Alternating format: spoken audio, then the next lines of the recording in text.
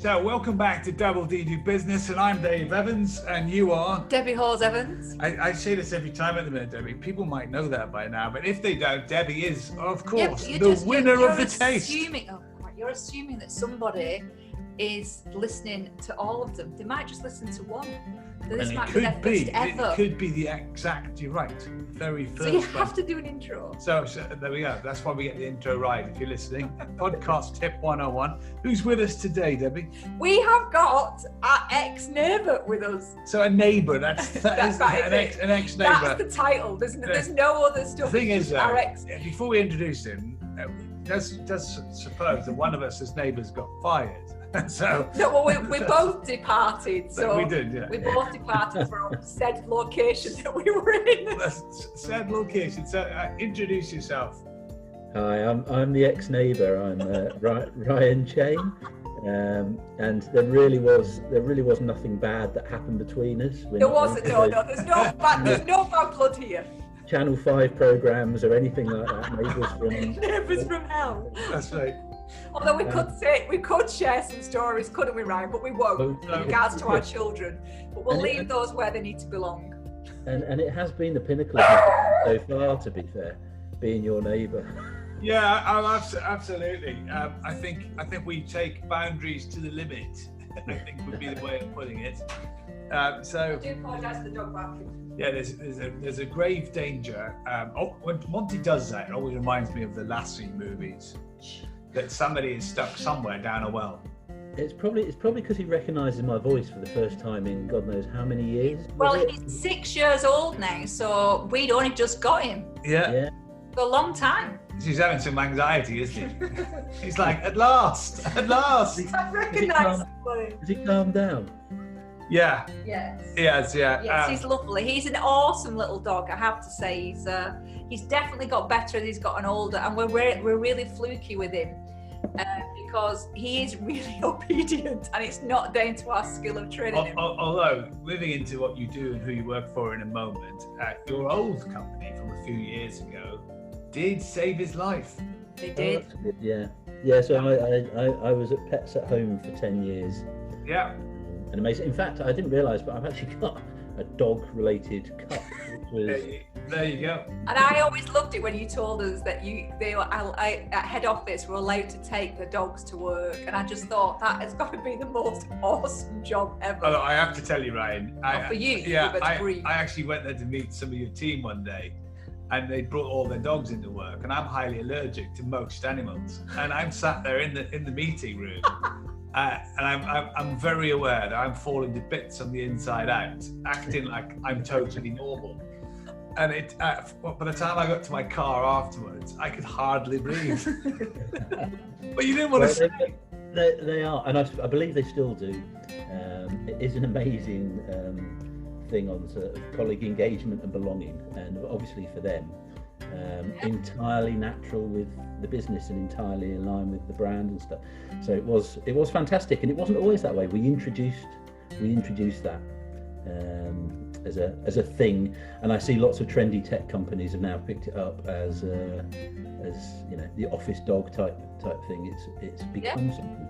It has. Well, our daughter Georgina, who now lives in said house, which is both our ex-lands, she works at Amazon, and they actually do dog therapy days. Yeah. So they do. So it does make a difference. And in her younger years, was one of the boundary pioneers. So anyway, that's right. Let's move on. So who are you working for now? Because you became famous at Pets at Home. Of course, yeah. Indeed. Hugely famous. I get stopped in the streets all the time. No, so I left. It's now 5 years since I left. Wow. 10 years at Pets, and I'm coming up to my 5-year service anniversary in June, which will be handy because I get an extra 5 days off this year. That's handy right now. Really, really useful. Yeah. But yeah, so I'm now at Booking.com, who clearly everybody hope will know as one of the world's leading accommodation platforms. Yep. But I actually work for the transport part of Booking.com. So if you book a hotel, when people used to book hotels, oh yes, Back in the day. Back in the day. Back in the day. And you get offered a car hire or a taxi or a bus or train, then that's us. We sort that out. And we also trade as rentalcars.com as well, which is where the company started.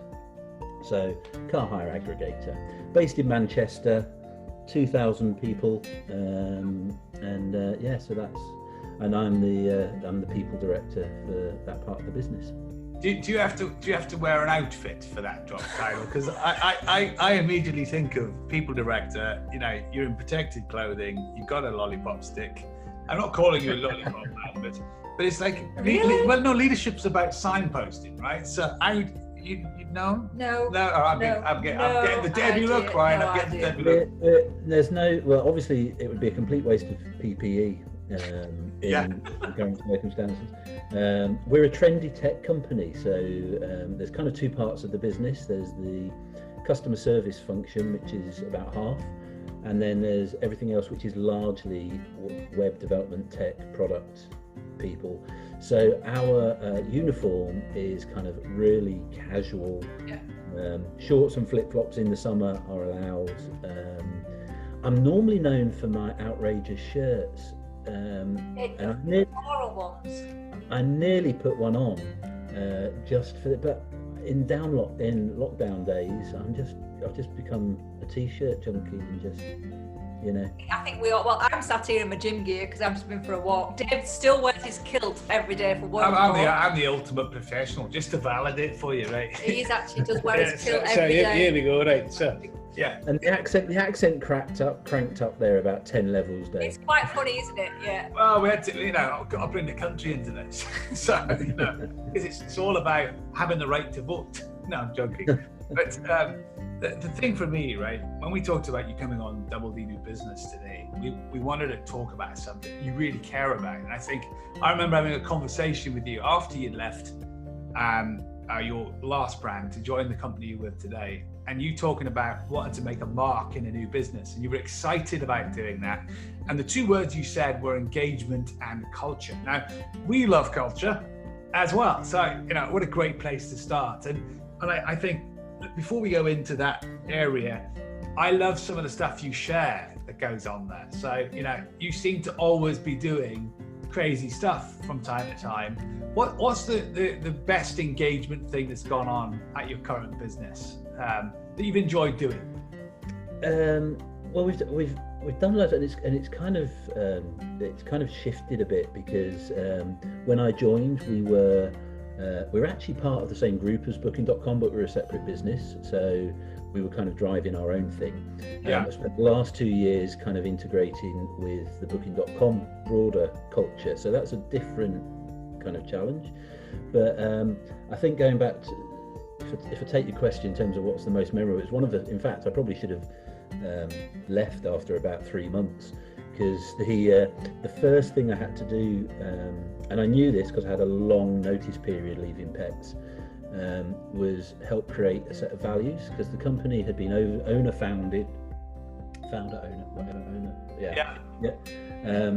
and had grown up incredibly successfully, being acquired by what was then called Priceline Group, which is now Booking Holdings. But it had kind of grown in that way where it's kind of stellar growth, not a real thought through approach to people.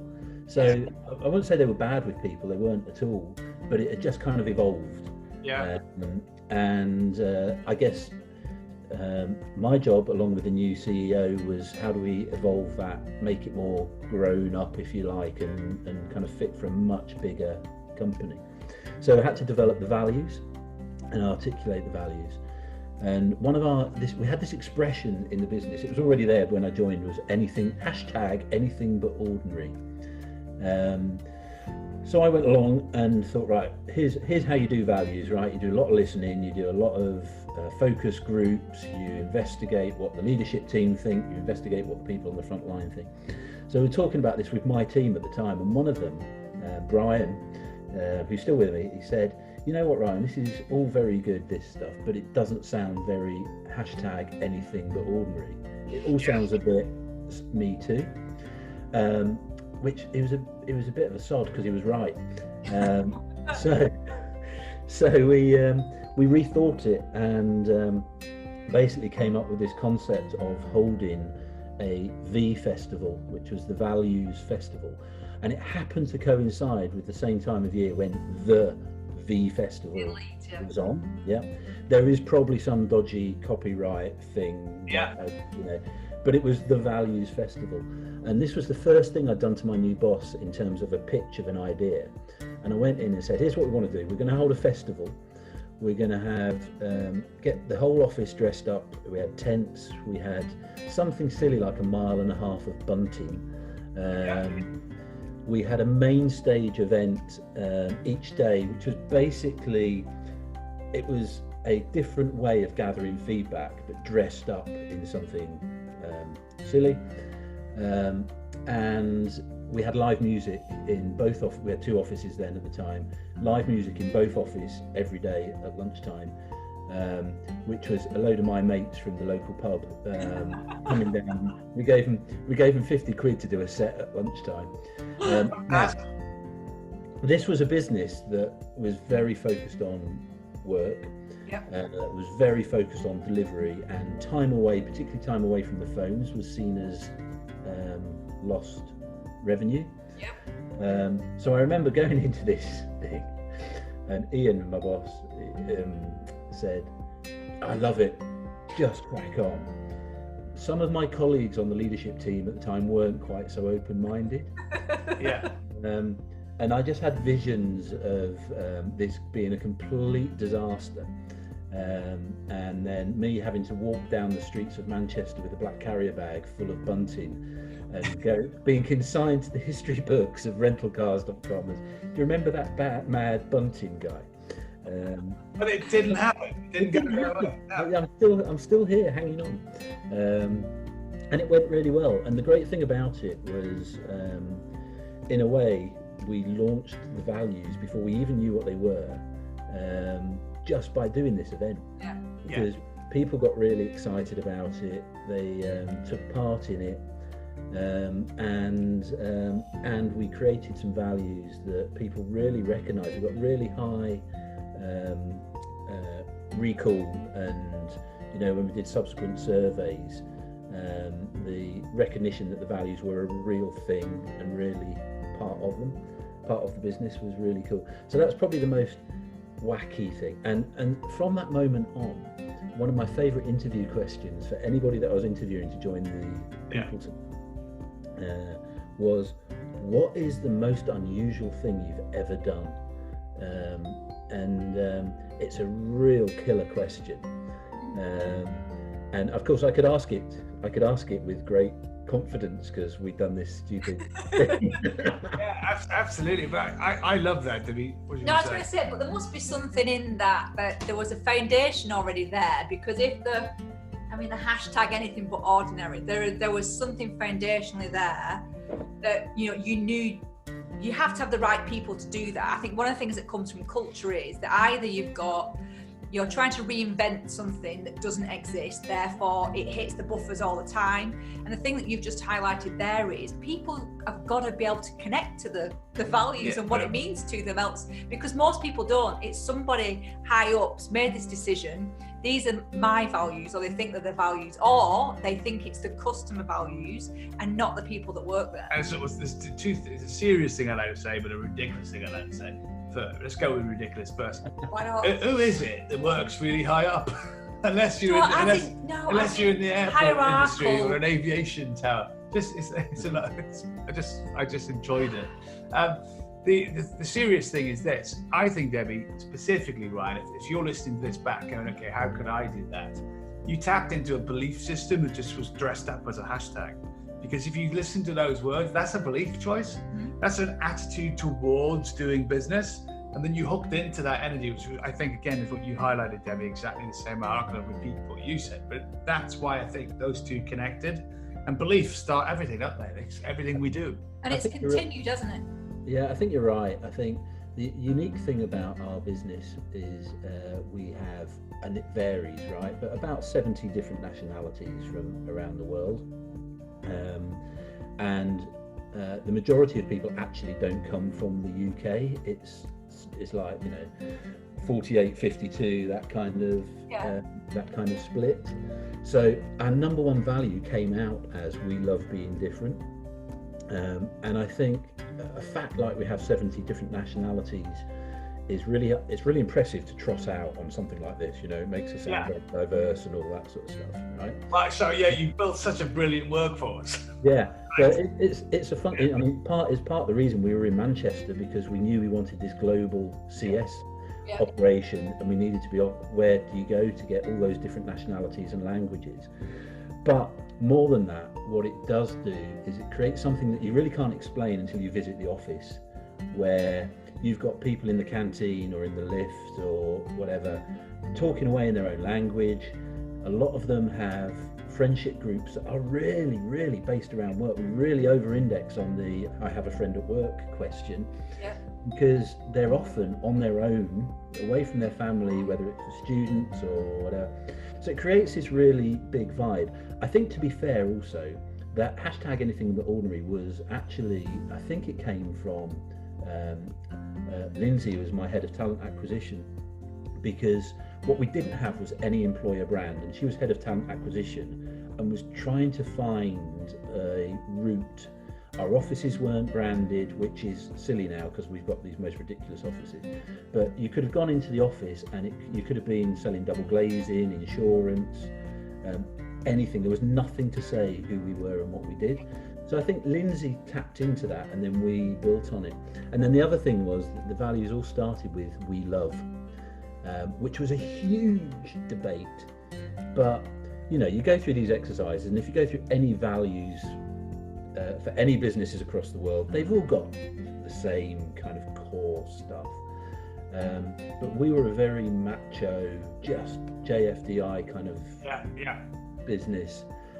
So the debate about putting we love at the beginning of each statement was huge, but actually it really captured the passion. People passionate about renting cars, and that's one of the things that really struck me as initially a bit odd, right? I come from a pets business where everybody's passionate about pets.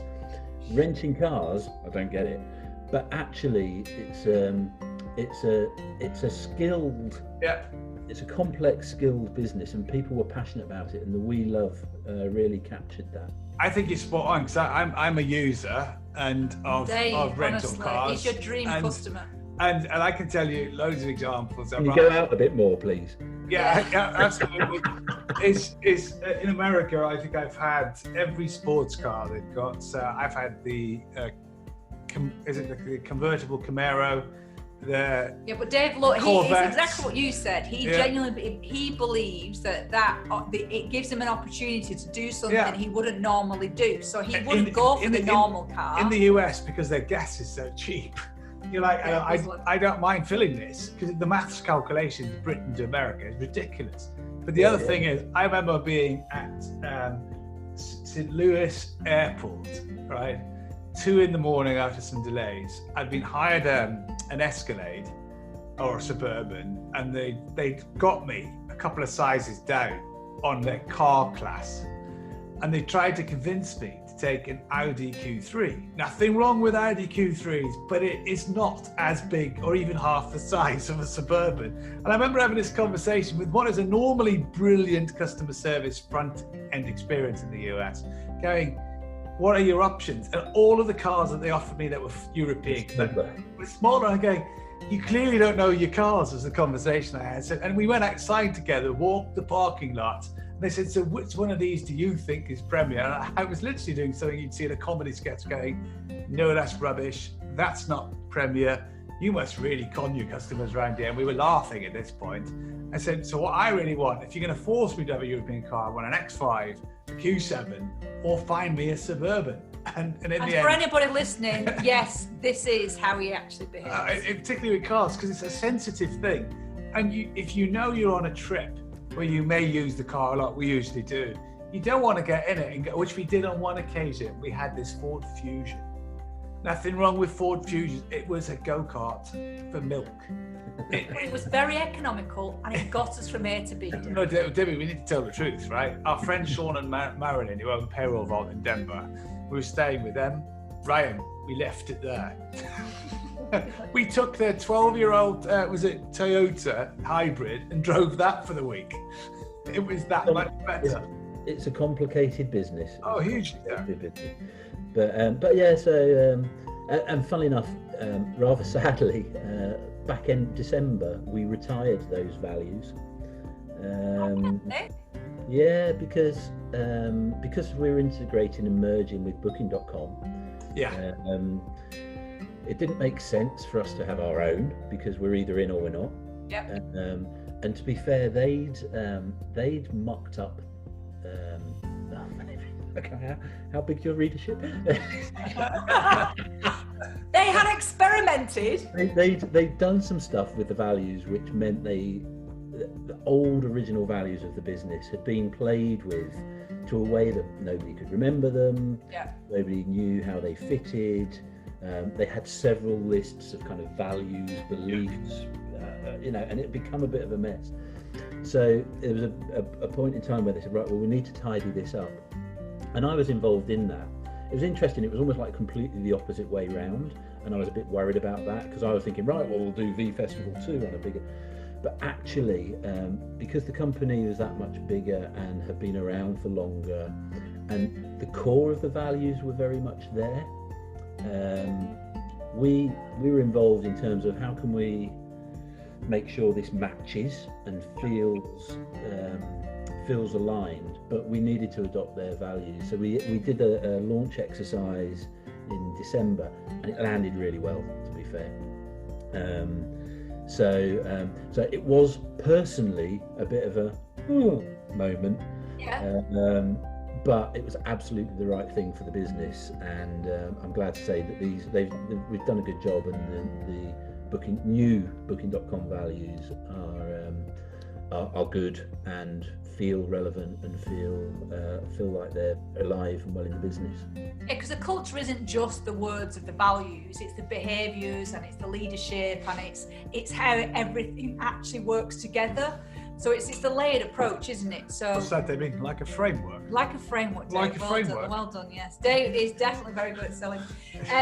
But I do think it's important. I think I was actually being sarcastic. We've worked with many clients that, like you've just said, is that they will then they overcomplicate them. And actually, that isn't what culture is or what values are, or because the next layer is the engagement. If I don't understand what my business stands for, I am just going to turn up, I am just going to take a wage, and I am going to go home. There isn't a connection to any of the story that goes with it. And I think that's what's really interesting for me about culture, engagement, values. But I think that's the issue. I think the issue is, Ryan, in our experience serving clients all around the world, is they do what you just did. They're a summary of items.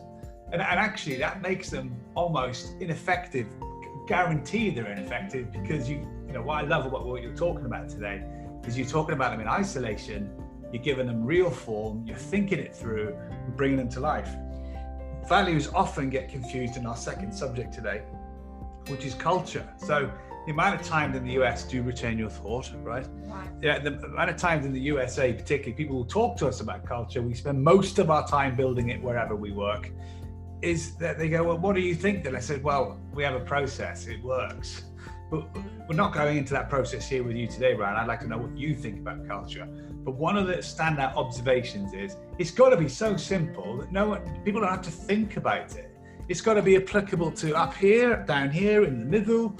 And it's got to be something that if I'm in charge of the whole company or I've just joined, I can answer yes or no to. Can I do that as part of the culture? Yes or no.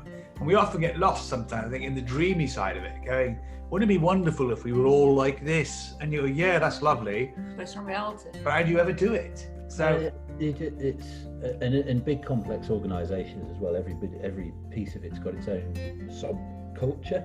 Yeah. Yep. My team will have a culture that's different from the tech team and stuff. So the culture of an organisation kind of like really just holds it together. But I think you're right. Things like values and purpose statements, mission statements, value statements, they all seem to be kind of interchangeable.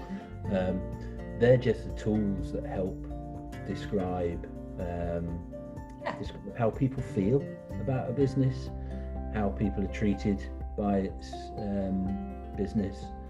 And I mean, you talked about lollipop, kind of signposting stuff. You know, signposting is a large part of culture. You know, whether that's leather-bound chairs in big offices for the execs, or all in it together, or flip-flops and shorts, or dogs walking around the office. Yep. These are hard things to kind of wrap up in a statement, but they're all the things that will help demonstrate and define the culture. It's the way people behave and act, and all these other things are just ways of signposting that and showing it, I think. There's some interesting stuff with culture at the moment in the mad times that we're in, you know. Yep. I mean, pets, you know, I still keep a close eye on them. I live down the road from the office, so it's still got friends there. They've done some great stuff with their colleagues and then with the retail community at large, you know, contributing to hardship funds and stuff like that. Not just for Pets at Home people, but the wider retail community. And then you get some others where, I mean, I'm not going to name any names because I might get in trouble, but you know, there's been press reports this week of other major retailers that have been encouraging people to work whilst they're on furlough. And that was my question, actually, because one of the things I've been doing some research just in regards to is how are businesses actually connecting to their own values and principles, the signposts that they've set up. And actually, a lot of people have realised that what they wrote actually has no substance, you know, because their values are not interpreted in a way that they then go and act on. And that's ultimately what drives, that's what to me a culture is. And I think that's been really interesting to watch, the ones that... But I think, I want to cement your point, but we can't do what you just said. So you just join together them again. They are separate things, right? So values are principles that guide you in a business, in your life. Culture is the summary of the whole thing. You said earlier on about it wraps everything up. It does. You think about this. No, I get that. Yeah, but if I've got the wrong values, or my values are not the ones that actually, if I say superficially, I empower my people, and then I actually stop them from working from home, or I make them work while they're on furlough, then actually I'm not doing any of those things. So the impact on the culture is lying, you know, inappropriate behaviour. You know, you have a bad culture that comes from the behaviour of others, and that's the connection. Yeah, and we've seen it for, you know, we reflected. We were laughing about Neighbours earlier on, how long ago that's been. You know, RLC's now been in existence for 15, 16 years, so you can imagine what we've seen in that time. But what's fascinating is that, you know, this highlights people being something over here at one moment and being something else over here in the shade. And actually, you're better off to say that you are the shade version, be upfront about it, and you'll hire better people anyway. You know, you mentioned earlier on about the tight-knit blend of your workforce from 52-48, if I remember correctly. That was a random figure, by the way, not to be all. It was very impressive. But you're talking about the 70 different nationalities, the actual complexity that we work with Gordon's Wine Bar in London, and they're made up of exactly the same ingredient. The difference is they would probably be 80-something European. The tightness you talked about, it's incredible. It was like, wow, it was like they were family. It was incredible. So but coming back to culture again, just wanted to let you know that thought I had earlier, but I think you have to do three things with it, and we teach this, Debbie. You got to define it. Ryan did just say that. You got to define it. Then got to decide how you make it distinct. Distinct is not about whether you make it sound jazzy or marketing or really sexy. It actually is, can somebody say, I can do that, or I need help, right? Because you might need help. It's not for everybody, and people can learn to be part of a culture. And then finally, you've got to use it to make decisions. You know, if you use culture to make decisions in the example you just gave, right, you probably wouldn't do it. If you're making it on a financial decision, because I can also understand that dilemma, right? We're hemorrhaging cash, we've got a retail estate, We've got a furlough, thank the Lord for that. But hold on a minute, we could be really cunning. You're making the wrong decision because it's probably financial pressure led versus what does the culture say we should do here? And we've talked about it ourselves. We've had incidents in our business, Ryan, where we were doing marketing projects, weren't we? And we were about to launch this huge program, and our team said to us before we did, have you got an army to do that? And when we stopped and read our own cultural mantra, and we've got our own cultural diagram, we suddenly realized, oh no, we didn't check against our own DNA. And our DNA says, don't do this. And we stopped within a day, didn't we? How close was that to wasting loads of time telling people stories that don't matter online and in the world? That's a really good, I mean, if you get those ultimate tests, you know, and I guess that example with the other retailer and stuff, it's really just where their core driver and purpose is coming from.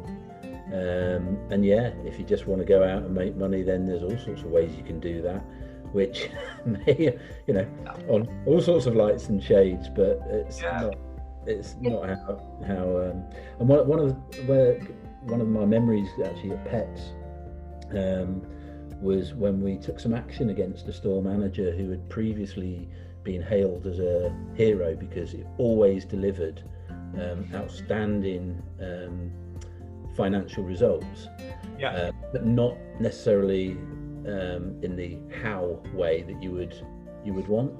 And I can't remember how many years into my career there it was, but I remember being in a meeting and we had this discussion, and somebody senior went, actually this just isn't right, we need to take action.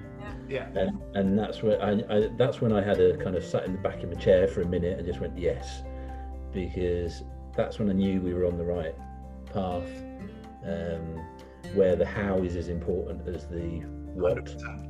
And I think it's a really hard decision to do, and I think it's, you know, and it is brave for companies to do it because business is about making money. That's ultimately what they're there for, you know, to pay people's wages and the people now. And this is one of the things I genuinely hope that comes out of this incredible challenge that we're living through right now, is that we have a greater connection to our people and we understand them better, and we actually take the time to explore that, because I think the loyalty and the impact we can have for the future and the relationships of customer to sales to commercials, I think it's really powerful if it's done right. It's so important, really important, and I'm going to reflect back in a really short, concise montage. I read an article about a consultant in a hospital who was serving a member of their medical team as a patient, and it wasn't clear as to whether this person was going to make it. Right? They were about to intubate and put the thing in to breathe. Right? And they decided to take a punt on a drug treatment based on a symptom. That the end result was this person survived and is now serving people in America with COVID-19. That consultant finished diagnosing the treatment, went to their office, closed the door, put their head on the desk and cried, right? This is extreme, right? Why am I saying this? It's extreme. But the people around our countries, right, are linked to the families of these people by 6 degrees of difference, right? We're all connected to all sorts of people.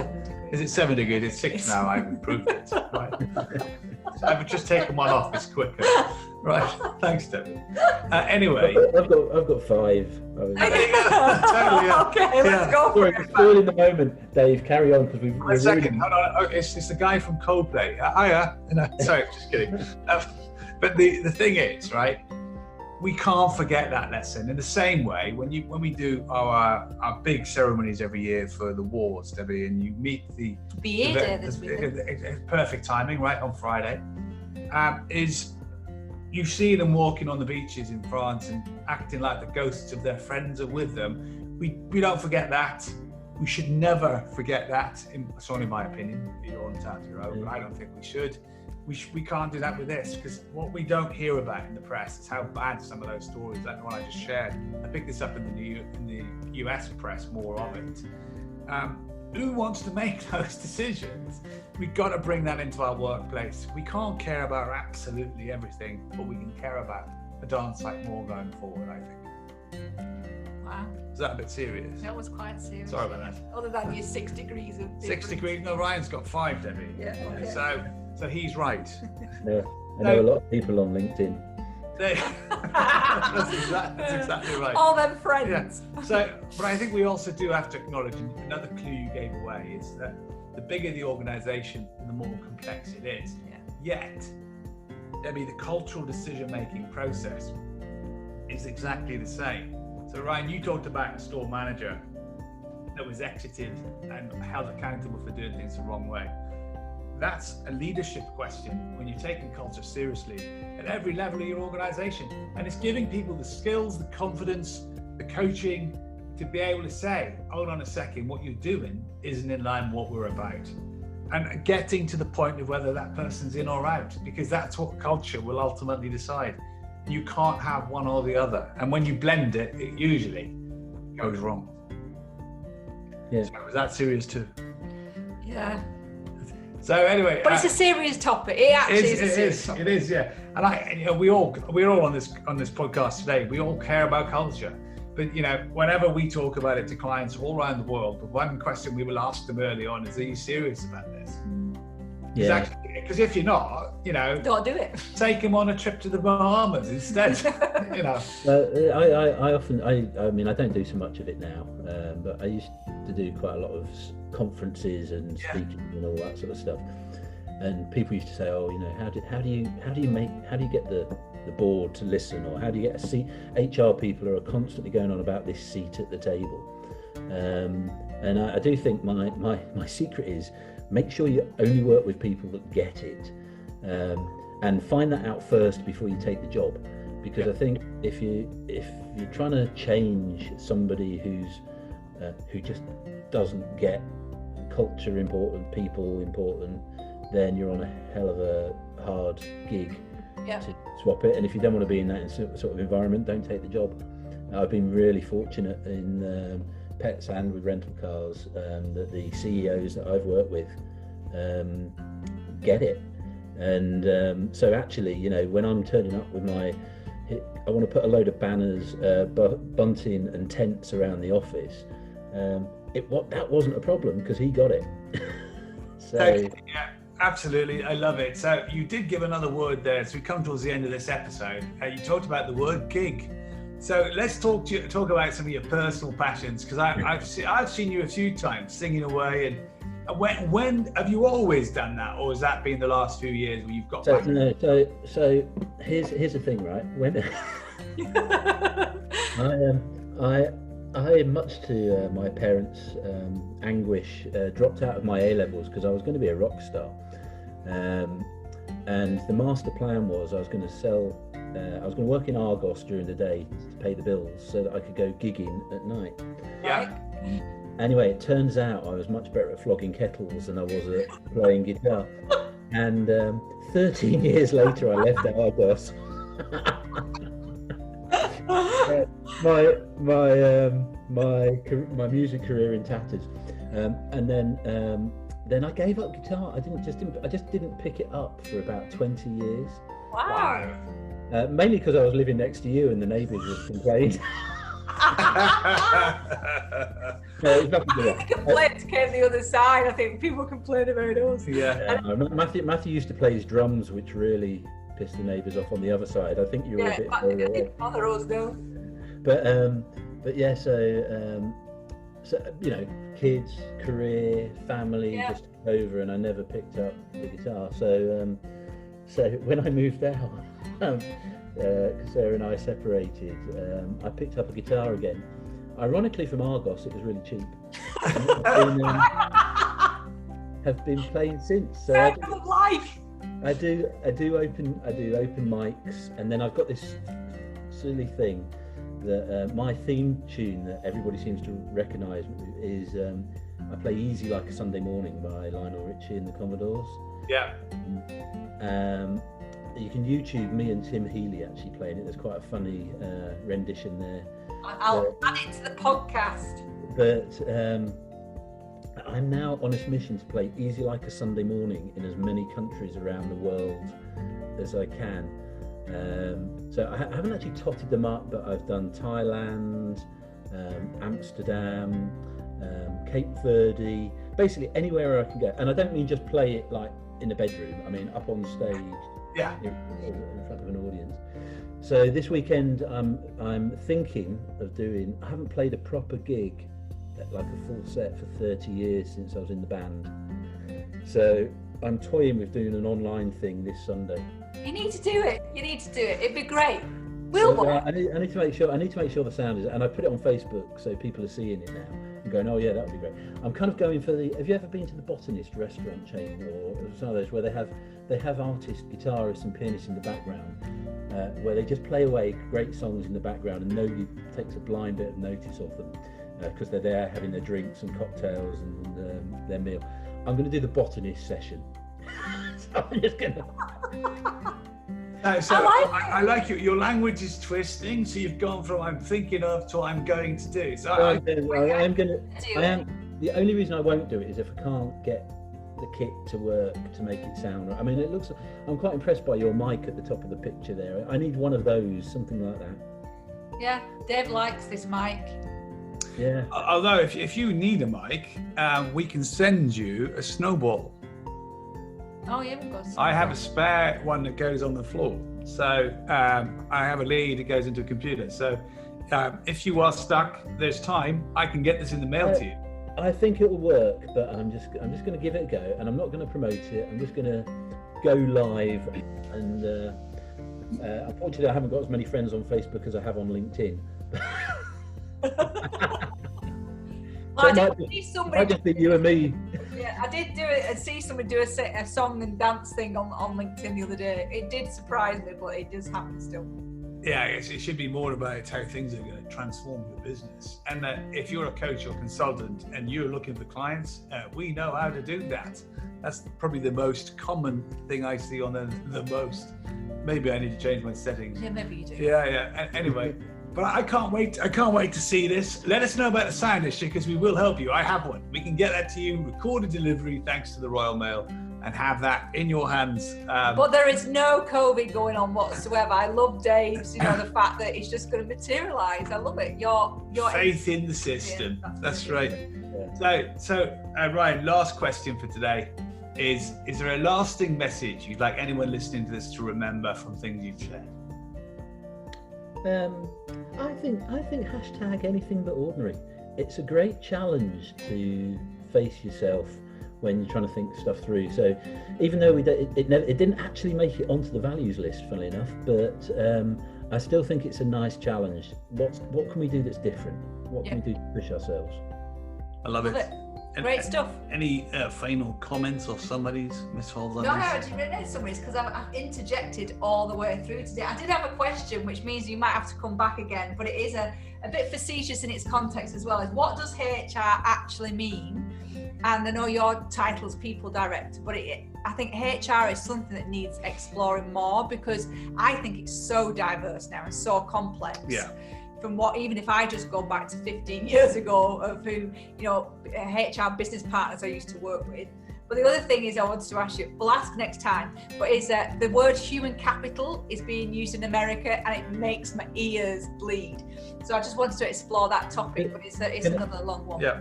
Well, can I just maybe finish off on that then? Because an anecdote that I think is so the Retail Trust, which is the retail charity thing, is patron is the Queen, and it was their, I don't know, maybe their centenary or something.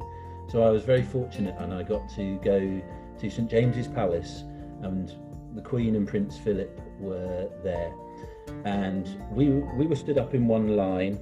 And there were other people on the other side of the room. The other side of the room got the Queen, we got Philip as they were walking down doing the shaking. And I was at the front I was the first HR person that Philip had met. Next to me, there might have been ops directors or whatever.